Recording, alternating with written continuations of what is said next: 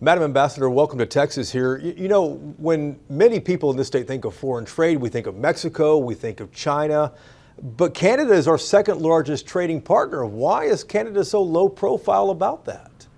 Well, that's a really good question. That's one of the reasons that we're here is to make sure that we can highlight that the Canada-Texas relationship, it's huge, it's growing, it is getting a lot of attention, but it clearly needs to get more, because when something's good and it's growing, we want to make sure we're keeping on the upward trajectory. I'll be honest with you, Texas is the #1 export state to Canada. In other words, your state exports more to Canada in terms of goods than any other state in the country.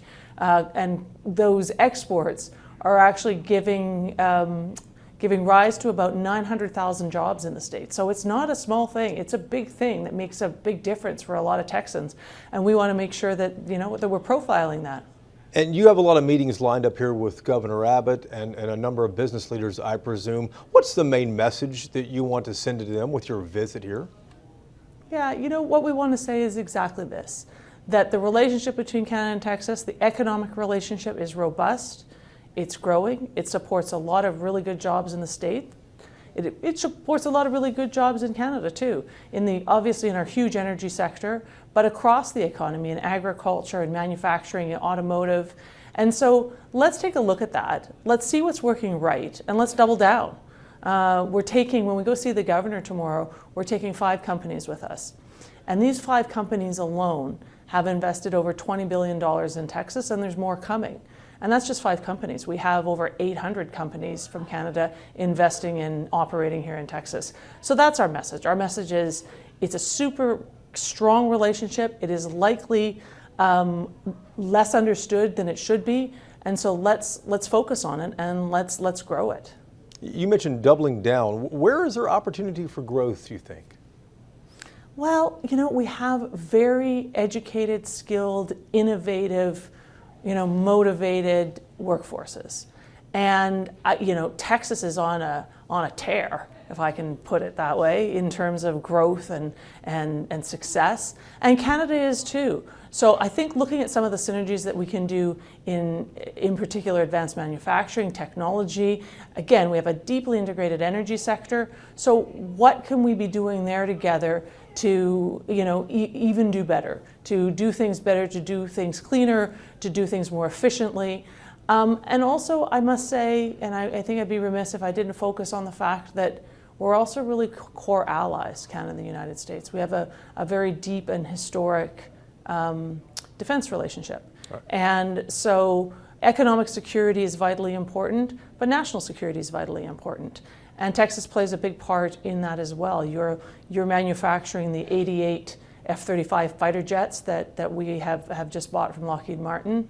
I work with a lot of Canadian Armed Forces, and there are thousands of them who have been educated right here in Texas at Fort Bragg. So these connections that we have between our people who work together, who defend our countries together, that's also something we really want to make sure we're emphasizing, because it creates ties in a way that are different. They're different than we have with any other country, I might say. And I want to make sure that we are paying respect to that and building on it. Prime Minister Trudeau announced this U.S. tour for Canadian officials earlier this year in January, I believe. I'm curious, so how much of it is related to the upcoming November presidential election here in this country and shoring up relationships so that Canada is going to be fine regardless of who's elected? Well, I think the first thing I would say is Canada is going to be fine regardless of who's elected, because the relationship between our two countries is so much more than the relationship between any 1 or 2 or 3 or 10 people. It's about the millions and millions of relationships that we have between our citizens, our businesses, our researchers, our students, our tourists every day. And again, many of those are here in Texas.